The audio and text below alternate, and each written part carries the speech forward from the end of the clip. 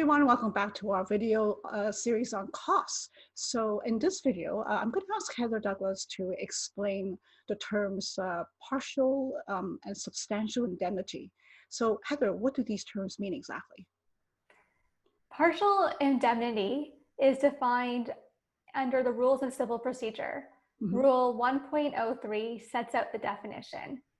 And the definition says that it means a cost awarded in accordance with Part 1 of Tariff A on a partial indemnity basis. Tariff A is a guide for the court to look at, but they're not required to follow it precisely when determining what amount a party is entitled to for costs. So usually lawyers will choose to count partial indemnity as somewhere in the range of 50 to 75%. And a lot of lawyers will pick a number around 60% and multiply their hourly rate by 60 or 66% and make that their partial indemnity rate. And it's up to the court. They have the discretion to determine what the amount actually is. But it's typically in that range. So even though the rules define it in relationship to the tariff, we're really looking at a percentage of what your actual rate is. All right, so that's partial, but what about substantial? Is like 90? Yeah, exactly. So substantial indemnity is around 90% of what your actual rate is.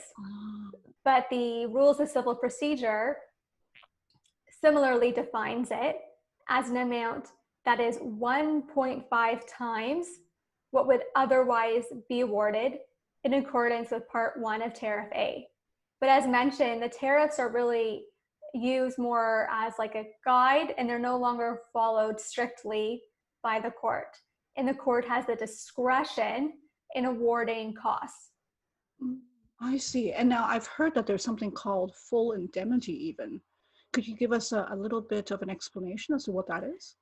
Yeah, so full indemnity is the complete reimbursement of all amounts that your client has incurred in relation to the proceeding or that step in the proceeding. It's not defined in the Rules of Civil Procedure, but it's known as being the full amount that it has actually been incurred. So partial, you'll think about as around 60%, substantial around 90%, and full is 100%. Right. So now, again, these terms, they only apply to legal fees, meaning the fees that you pay a lawyer for their work, right? It doesn't apply to like disbursements, like process server fees or photocopy fees. It doesn't apply to things like that, right?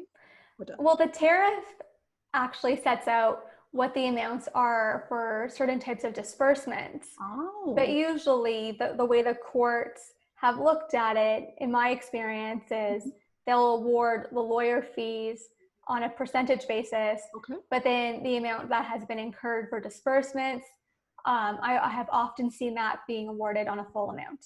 Oh, cool. And one last question.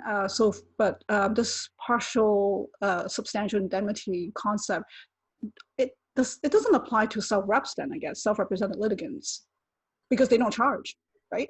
They don't charge, but the courts have awarded costs before in some circumstances to self-represented litigants. So you can choose a rate for yourself, but it has to be from the context of your life.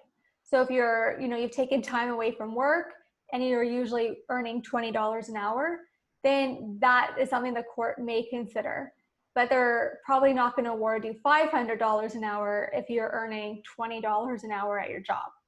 Oh, okay, yeah. But it's not really like to me, just like that phrase partial or substantial indemnity, it just doesn't really seem to make sense in a self-represented case. Yeah, you're absolutely correct that the way the rules of costs have been developed, they've been developed with lawyers in mind, and with the assumption that everyone is represented by a lawyer. But unfortunately, given the issue that we have with access to justice, we have an ever-growing rate of self-represented litigants, and the rules haven't really developed with them in mind. So yes, you're correct that this doesn't really take into account the new reality of our courts. Great. So thank you very much, Heather, for clarifying that. And thank you everyone for watching this video. I'm going to provide some links to some cases, I think, that explain this concept of costs, both to lawyers and to self-represented litigants. So don't forget to check out the links below in the description. For those who are new to our channel, please don't forget to hit the subscribe button and the notification bell, because we put out videos at least once a week. And so you'll be notified when they come out. So thanks again, Heather, and thanks everyone, and we'll see you at the next video. Bye. Bye.